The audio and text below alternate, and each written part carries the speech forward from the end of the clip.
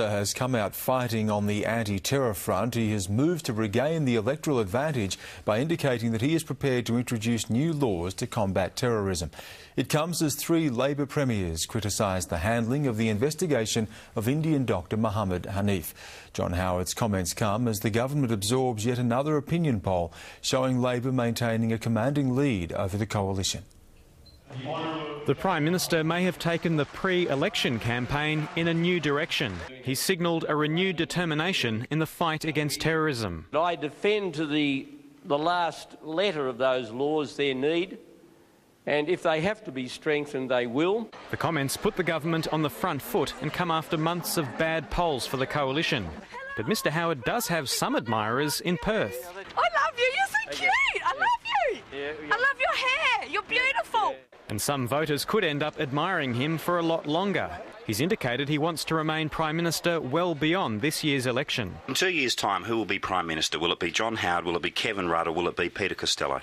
Well, the Australian people will decide whether it's a Labor Prime Minister, and if it's a Labor Prime Minister, it'll be Kevin Rudd, and if it's a Liberal Prime Minister, it's going to be me. The opposition leader has issued him a challenge. I think what Mr Howard needs to make plain today is whether, if he is elected at the next election, he intends to serve for 3 years or hand over to someone else like Mr Costello. The latest news poll suggests the government should stick with John Howard.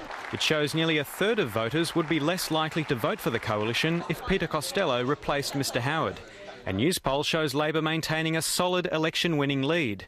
Despite the government's problems over the past week, its primary vote has risen slightly.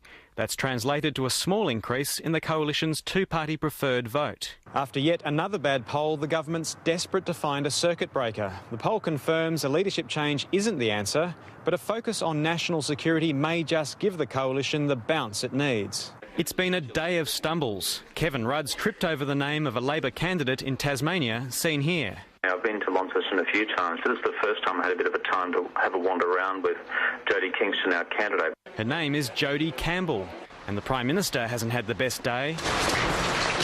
He says the ground was slippery and he must have been praying too hard for rain. Richard Davis, World News, Australia.